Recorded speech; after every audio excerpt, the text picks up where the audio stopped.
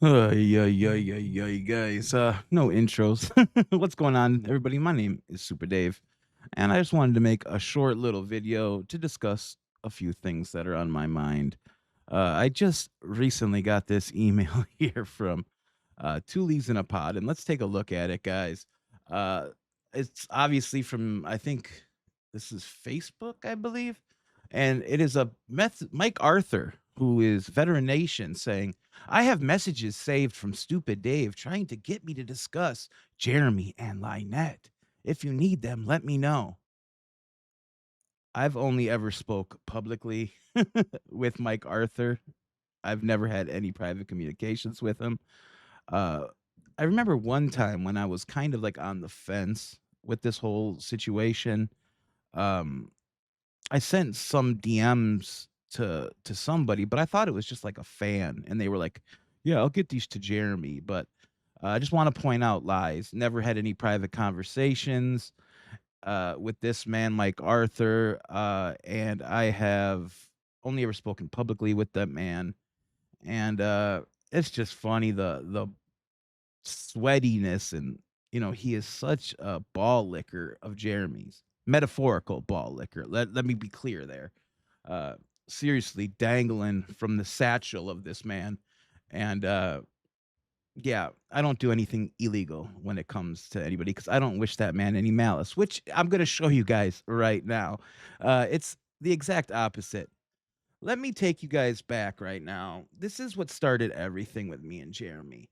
On May 31st, 2003, as you guys can see by the letter of this email, I got a alert from YouTube. And this was serious. This was before I was monetized. I only had 400 subscribers on YouTube. And it said, YouTube, due to a copyright takedown notice that we received on two of my videos. The first video was titled, Is Jeremy Hales the hero or the villain in the tale of Otter Creek? There was the video URL. I'm going to have to edit out that email address, which I obviously didn't do, but I'll edit it afterwards. And a short of mine, which was titled, What the Hales is going to sue the town of Otter Creek, Florida? And that was a takedown issue notice by Jeremy Hales. Both of them were issued on the same day, and that gave me one copyright strike. So YouTube, when you click view details, it tells you how you can try to remedy everything. So I was trying to be a big man. And on May 31st at 11:11 a.m., I wrote to the email provided to me by YouTube, and I wrote, Jeremy, I hope this finds you well. As I stated in my video, I am a fan of yours. I know my video is somewhat critical of you, and I am sorry if you were offended. However, the use of footage was legal and fair use, well within my legal rights. I said, may I point out that you had somebody charged with a crime because it was your legal right. So I hope you can understand how I am seeing this. I said, I hope you can find it in your heart to release said claim on my video as it is abusive to the copyright system. I am an upstart and a strike can damage all steam my channel currently has, as I am sure you are well aware. Please be the good man that I know you are and not turn this into another battle. With much respect, and I had signed my name. Got absolutely no response from that. No response whatsoever. I they say you get a strike, you gotta sit the time. So 90 days was the strike on that. I did another video, which I posted, and I got another copyright strike. And now we're in July. As you can see, the 90 days, May, June, July. This is July 17th at 6:41 p.m. I got another copyright strike. And mind you, I said I was a fan of this guy. So this is my only interaction I've ever had with Jeremy ever in email. Ever. These emails I'm showing you right now, this whole interaction, this is the entire correspondence I've ever had with Jeremy. So I sent him an email and it was titled, Again, Jeremy? Really? And I wrote, I thought you had become educated on fair use the last time you did this to my channel, Mr. Hales. Notice I'm not calling him names, anything. That's Mr. Hales. It sure would mean a lot to me if you would release my claim on my video and not make me wait like 10 days like you did last time. It's a common practice for YouTubers to copyright strike a video with no intention of filing legal against them. That's just what a lot of YouTubers do. So that's obviously the game I thought was being played against me. I said, again, it is abuse of the YouTube copyright system to send out false DMCAs to silence those who criticize you, and it is also committing perjury, which it is, because you sign a DMCA under penalty of perjury that you have considered, is this work fair use? You have to go over the work and you have to say, hey, are they commentating on this? Are they critiquing this? Because when you become partnered, you have to do a whole bunch of classes. You have to watch videos, and YouTube gives you a test on what is fair use. So when you sign a DMCA, you do it under penalty of perjury. And so I was just making him aware of that. I said, I am trying to grow a channel here, and you are making that a pain in the ass, quite frankly. And I was seriously 400 and some odd subscribers at this point. I wasn't anything, nothing. And I said, actions like this seriously make me curious as to what John Cook and Lynette have to say. I said, you did hear they offered me an exclusive interview, right? This was the time John Cook had shown up in my comments section. And at this time, he actually never actually offered to do an interview with me. I was pissed and I was bullshitting. I was like, you heard they're going to interview with me, right? And eventually we did book an interview, but it wasn't even, I was just mad right here. And I was like, I was I was mad. And it makes me curious. You did hear they make me, offered me an interview, right? I said, I was just getting ready to move on from covering you. Ah, well, it's like the good Lord wants my focus on your content for some reason. I said, please, though, Jeremy, release the claim on my video and maybe try to work with a small YouTube creator for once instead of against them. Respectfully, and my name. Not hateful, maybe a little prickish, but definitely not full of malice. No malice there at all. I have no malice towards this guy whatsoever. This is what I got in response. And this was on the 18th, the next day. Our legal team will be in contact with you, or you may supply us your lawyer and they will contact them directly. Either which way, you made these choices to steal other people's copyrighted content, and you will endure the consequences of your choices. Wrote that to me at 8:04 8 a.m. Seems like Mr. Hales is an early riser as well. This was my response. And this is what whoever does the thumbnails for Mr. Hales took out of context and made it appear as if I was responding to a lawsuit that was filed in 2025 about defamation when my only past issues were about copyright. That in my eyes is malicious. That in my eyes is defamation to make it seem like I am turning on my fan base and my viewers when it's malicious in my point. But here's what I wrote. And I wrote this on July 18th at 2023 at 8:45 a.m. right after he sent me that. I was very quick on the response. No legal team on my end. I will be handling this pro se.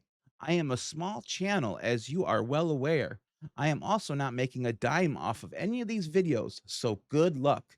I have also complied with all fair use practices which were set in Haas v. Klein, and then I sent him the copyright summaries of that case that set fair use practices when it came to YouTube. I said, I have no problem crowdfunding for any help I may need with the defense. You see, YouTubers come together when it comes to these fair use cases. I am very well versed in fair use/fair dealings laws, and I urge you to seek counsel before you waste your money. I said, no one is riding your coattails. I simply cover YouTubers and their behavior, and I have every right to do so. And I signed my name. That one email was taken and posted on Mr. Hales's community page, community post, chopped up, edited, and made it look like it was something it wasn't. And they edited out the date this was sent. This was a 2023 email. Then this was the last email or last correspondence I ever had with Jeremy actually. All further communications will be through our legal team and the courts. Per YouTube copyright policy, once the legal paperwork is uploaded, you will have your videos permanently removed. They were not, and they are up now, and I technically won that. You are not the first to steal our content, and we're sure you won't be the last. We don't care about your commentary or interviews. We do not, let me read that again, guys. This was said in 2023. We do not care about your commentary or interviews, stating he doesn't care what I have to say about him.